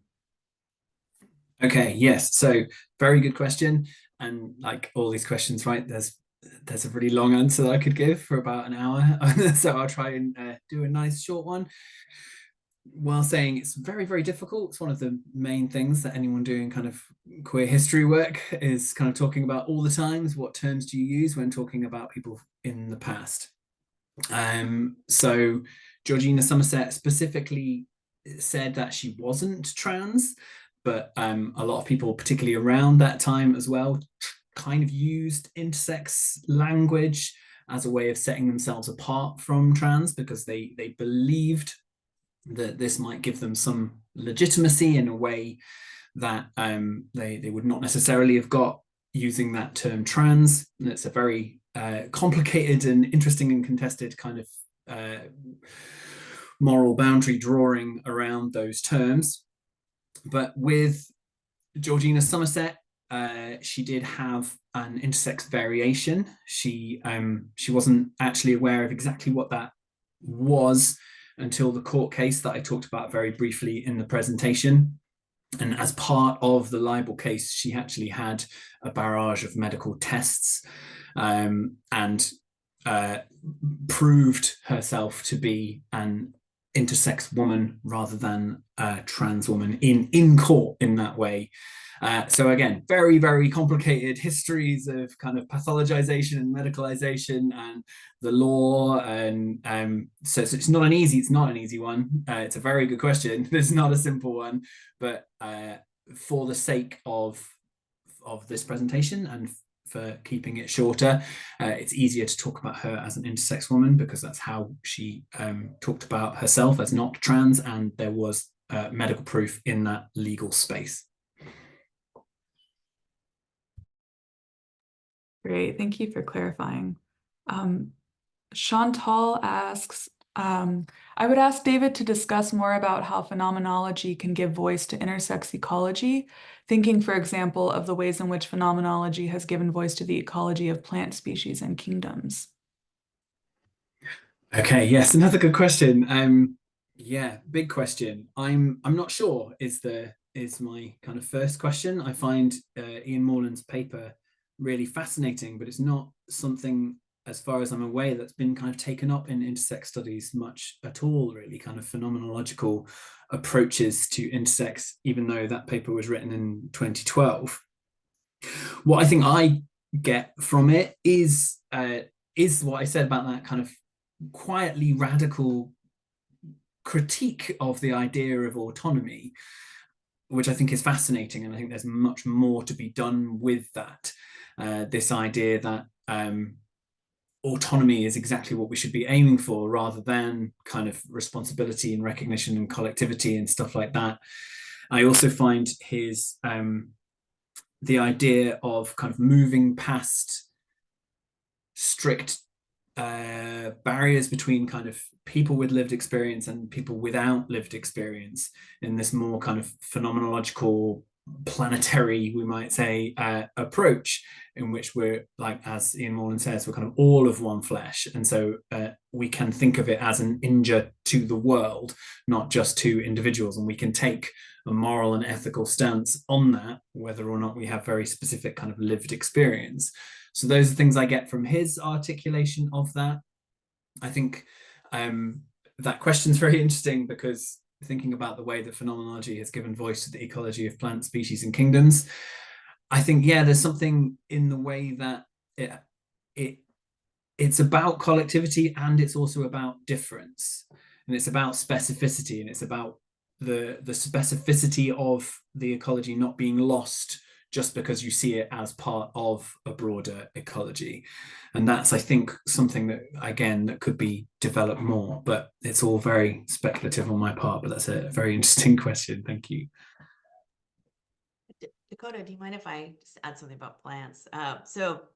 It is a really interesting question, because in plants often produce, again, if we're using the production of gametes as the way that we're defining, these different groupings, a lot of plants produce flowers that produce both, right, what we call pollen, which is sperm not in the water, and ovaries, right? But we do use different terminology for plants. We use monoecious and dioecious to discuss these kinds of things, but there's a lot of people in the animal world who are also starting to utilize that same language, because the language even in animals, like non-human animals, is inaccurate, right? Let's say, I don't even want to use the word. So there's some great researchers at UC Berkeley, including if you've taken classes with Elizabeth Allison and talked about Tyrone Hayes and what's sometimes referred to as the feminization of male frogs, right? That language is starting to shift because of the nature in which now we are seeing the negative impact that has on human culture, right? So, I mean, in plant culture, of course, too, and animal culture. But it's interesting that the language we use for animals was not used for plants when discussing the fact that they can produce multiple kinds of gametes. Yeah.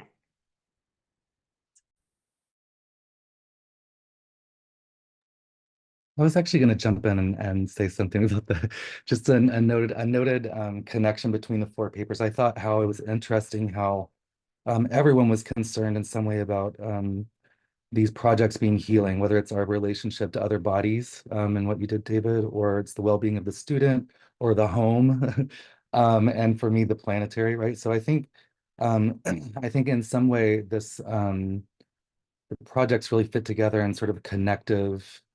Like, how do we make better connections with other people, the oikos, our bodies, and even the planetary at some point. I just wanted to point that out. I thought that those went together really well that way.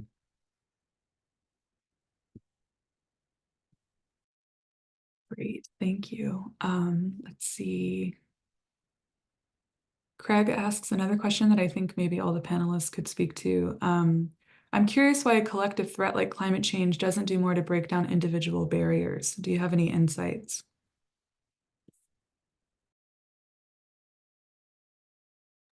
I mean, I think part of it is that what I would call the productive reductive model of thinking and our disciplinary fragmented sort of disciplinary structure, not to mention our politically bipolar, at least in this country and increasingly in many other places, right? There's hardly any space for true conversations to happen. And so we get pitted against each other through all sorts of news and social media into our own little towers. And in the academic world, people barely speak across academic disciplines, right? And so it's hard to put it all together. And I think, one thing that I saw that Julia Watts-Belser's on here, but I think she's speaking tomorrow, is that Julia talked somewhere in an article or a chapter, or maybe it's the book that just came out, about the privilege of fragmented thinking, right? As that, you don't have to like sort of make the connections, right? You don't live in an inner city, so you don't see how the air pollution is leading to sort of, just all sorts of cancers and learning disabilities and this sort of thing, right? So you can continue to separate out, driving your car from what's going on in a place that's being polluted about it, right? So I think part of it has to do with how do we find ways that lead to more connective knowledge, for connective and also variable, to sort of like to the connection to the varied and continuously more and more varied life that is whatever the planetary community is, right? Rather than sort of walling things off. It was interesting, talking about evolution. I just finished the biography of J.B.S. Haldane, who's one of the scientists who kind of hypothesized on the origins of life, along with a lot of other things. including a period of time when there was a discussion about Darwinian evolution promoting capitalism versus cooperating, right? And Marx and Engels saying, we're not going to teach evolution because it's an example of capitalistic theory. And I just, in reading the book, was like, yeah, that's still happening. So being able to say, like, yes, that's true, and this is also true, like holding more than one thought about something makes it very difficult. So when the issue becomes blame versus solution-based thinking or versus collaborative thinking, or like, yeah, this sucks, so what do we do now, right? Then it's very difficult, I think, to bring people who don't necessarily agree on the cause together to come up with solutions or a possibility of collaboration. It's an excellent biography too, by the way. That's a really interesting answer as well, because I had my one-word answer to Craig's question was capitalism.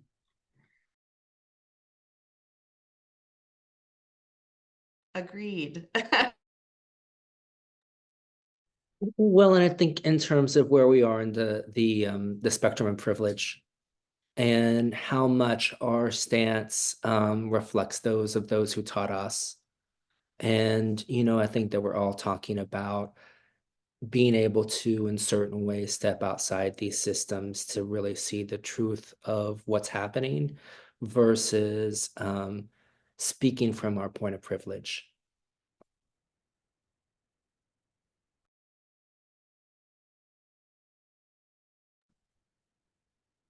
So Lou, Robin is wondering about some sources about the Orisha understanding of gender. I don't know if you have anything off the top of your head you could offer. Not anything currently that I can cite. I would just, start to look at the etymology of words, because that's not spoken about. When we look at translations from Yoruba into English, we are only getting, kind of the English perception of the word.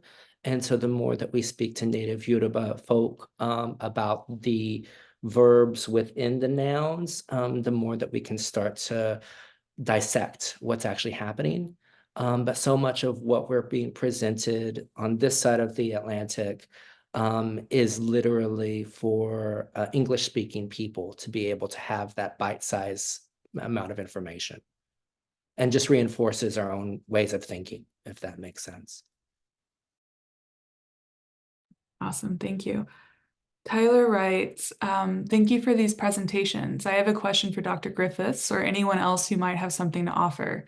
I read the Queer Theory for Lichens last week for a class, and it radically shifted and supported how I'm thinking about individuality, unity, and multiplicity. And I would love to hear more about how exploring the tension between individuality and the ecological collective could radically shift how, as humans, we place ourselves within this project of approaching climate crisis.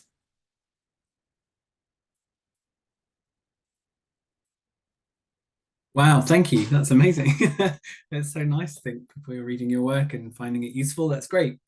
Big question though. And I think probably other people here will answer that along with me. But I've just find that thinking outside of the individual and thinking about porosity and thinking about being multiple and thinking about kind of horizontal inheritance instead of or alongside vertical inheritance, really powerful ways of thinking about collectivities and the ways that we can kind of be together with each other and sustain those connections, but also how to shift, like the example I gave of the newborn baby needing this particular strains of bacteria, like those ways of taking even what seems like the most kind of heterobiological kind of moments and saying that you can queer them, you can look at them from different perspectives, and you can think about the horizontal as well as the vertical, and that might expand our ways of thinking. How this practically helps us in the face of the climate crisis, I might pass that up to someone else to answer.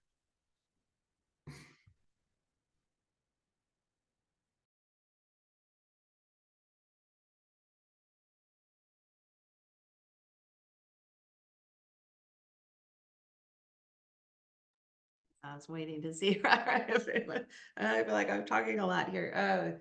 That is an interesting discussion. So Adrienne Marie Brown's book, Emergent Strategy, which kind of utilizes the concept of mycelium or hyphae, underground connections of fungus, as a way to kind of consider how we structure our organizations.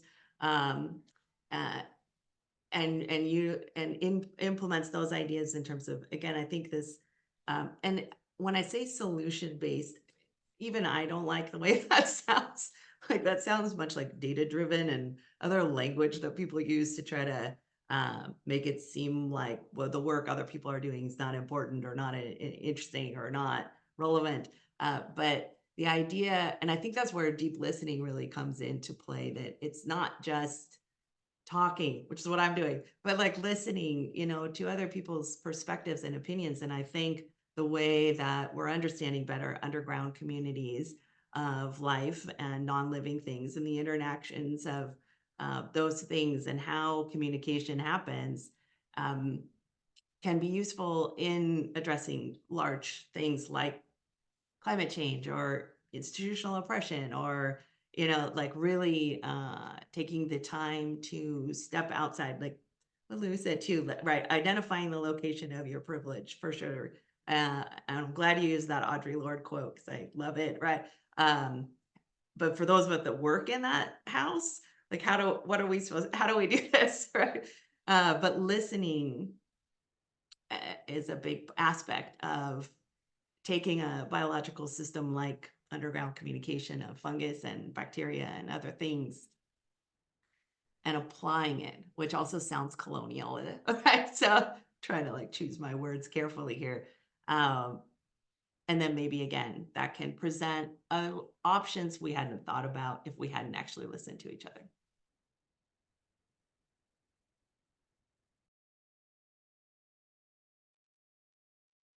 Dakota, if you don't mind, I love the opportunity to jump in here and ask a question.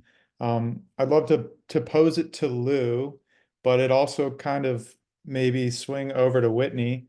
And hopefully this isn't too much of a curveball, but I would just love to hear you talk a little bit about water. It was obviously part of the veneration that you opened up with. And love to hear about it, whether you want to talk on it mythologically or even practically in terms of ritual, how it's being used. It's an interest of mine, certainly in terms of my own research, and which we talk about in certainly in the field of religion and ecology quite a bit.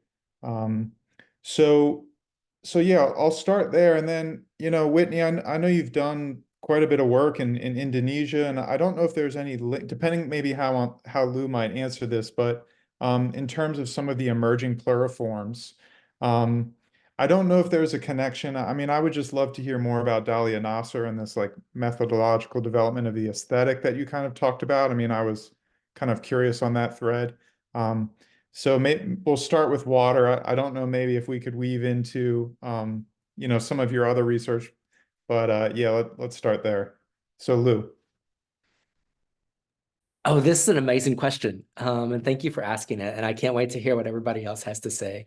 So water is really integral in my practice, as well as, part of the reason why I have that nonprofit called Water Has No Enemy. Whenever I'm talking about spiritual heat, whenever I'm talking about the implications of systemic oppression, what that looks like in terms of the somatic experience is dehydration, right? Is literally being desiccated. And the ways in which our water bodies as beings who are primarily based in water get heated to the point of evaporation. And that, on each side of the spectrum, we don't want to be too cold. We don't want to be so watery that we're not able to move. But also, if we go into such of the arid, if we go into desertification, that's also not a homeostasis that we can live in, right? And so, whenever I look at cooling principles in the metaphysics, I always go to some form of water, right? So like in these traditions, right, back in pre-colonial times when you know, folk were going into war and going into battle, part of that homecoming process was to be bathed in the water that this of the smithery, right? Because the water that cools the iron is the same water that can cool the body and cool the spirit. And so water being that literally, like in the tradition, there's several references to nothing is an enemy of water. So just as water has no enemy, may we not have enemies, right? Just as water is vital and refreshing and sentient, so we may be vital and refreshed and sentient on the ways that we engage. And so, you know, whenever we talk about like the path of something, the road of something, it's that decision-making moment. It's that opening towards possibility. It's not just the physical path or the physical road. It's the ways that we conceptualize it. And how do we step on the earth and step on the path with coolness and refreshment and vitality versus being in that desiccation, right? And so that's the way that I kind of position towards water. Of course, there's a lot more to say, but that's my little 5 cents at the moment. Yeah, I mean, I think that's I think also in I've done some projects on elemental thinking. I think this is an important sort of version of helping to ground ourselves again. But if you look at most religious traditions and indigenous traditions, they all have the basic, you know, 4 elements: earth, air, fire, and water, and they're sacred. And we've somehow managed to, in the modern Western world, then colonized over the planet, commodify earth in the form of private property, fire in the form of coal and oil, natural gas, so on and so forth, and then water, of course, bottled water in municipalities and this sort of thing. Not everybody has enough drinking water, Flint, Michigan, so on and so forth. And during COVID, we saw air, right? The lack of oxygen and oxygen tanks, right? So, and there's already enough for a lot of people who can't breathe, right? Yeah, I can't breathe. At Black Lives Matter, inner city children, this sort of thing. So I think if we could sort of focus on how do we think more holistically about the commodification of these elements and how decommodifying them might help. It would be a good perhaps path forward for some collective actions. I don't know. Well, thank you. I appreciate you both addressing that. And yeah, this theme of elemental thinking that I think can be really grounding and really foundational. And I mean, water is an element across cultures and traditions that's really an element of transformation. Um, and so, and juxtaposing that with fire, you know, is quite interesting. They do different things, and yeah, so it was wonderful to hear kind of those different perspectives. So, thank you for letting me jump in, and I'll pass it back off to you here, Dakota. I know we just have a couple minutes here, and maybe we can wrap up. Yeah, there are a few more questions in the chat, but we have 2 minutes, and the one I'm looking at is kind of big. So maybe we could do our best. I don't know. I really like this question from PCC. It's particularly for Whitney, but others can chime in. It says, in many dominant scientific and romantic traditions, human consciousness and its development is valorized as the pinnacle of evolution. Does or how does queer theory disrupt this? Well, I think there's, you know, 2 ways, and this is one reason I was thinking about sort of a non-progressive understanding of evolution, but also a rhizomatic understanding and this sort of thing. But also one that really understands we are just parts of the process and that there's not a teleology, right? So queer theory would critique teleology, but also would critique essences, right? And I think for something like the idea of like in Teilhard de Chardin or something, or even just like the idea that we are the universe that become conscious of itself. Well, so is a bird birding or a dog dogging or an ant anting or something rotting, right? This is all part of the planetary community, and the human evolution or human consciousness doesn't encapsulate it all. We're just one perspective out of many, I would say. And I think part of, yeah, I'll stop there though, because I want other people to have a last word too, and we only have 1 minute.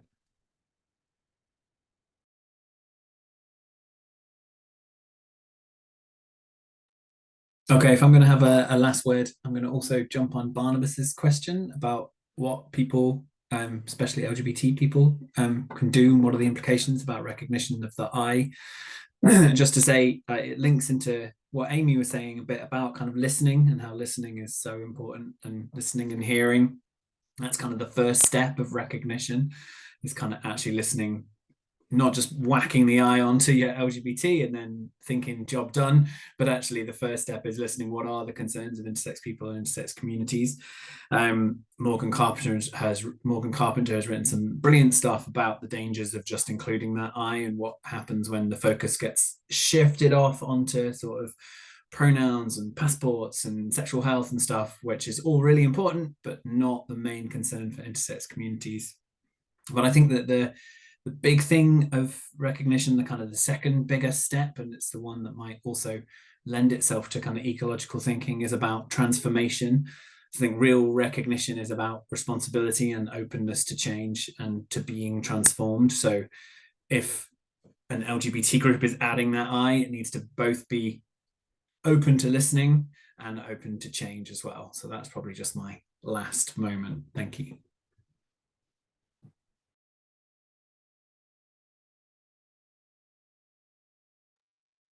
Sure, I'll jump in. Really sitting back into queer community, LGBTQIA plus communities, historically being, in most cases, the gatekeepers and the ones who are able to hold the vision of materiality as well as the unseen aspects of the mystery. And, that both and versus an either or.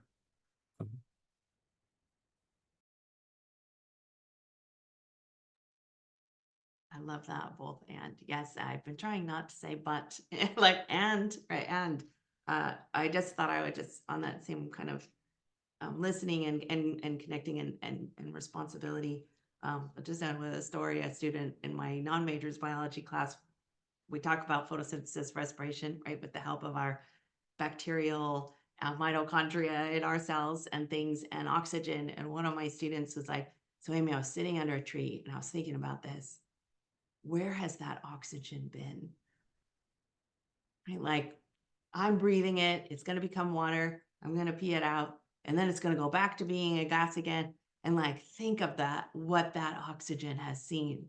And I was just like, Bobby, that is awesome. Like, thank you so much. You made my whole semester. Because, right, seeing that connectivity, that oxygen I'm breathing, you breathe, my cat, everyone, it's been around a long time. And kind of recognizing the responsibility of, we have listening even to the oxygen that's carrying stories with it as it moves through all of us. It's kind of a cool thing that I'm glad he said in class too, so then everybody started thinking about it, which was great. Awesome. Thanks everyone so much. We're at time, so I'm going to transition us now. But I really appreciate all of you and Charlie and Sabine on the tech side for supporting the panel this morning / afternoon. Just to remind everyone, we have a panel discussion this afternoon at 1 p.m. Called The Queer Subjective, Everywhere You Go, There You Are. And that's going to be with Shmi. So yeah, thanks so much. This was so fun. I really appreciate it. Thank you. Thank you for hosting us. Sure. Nice to meet you all too. Yeah. Thanks. Thank you. Thank you, everyone. Thank you. Bye, everyone. Bye.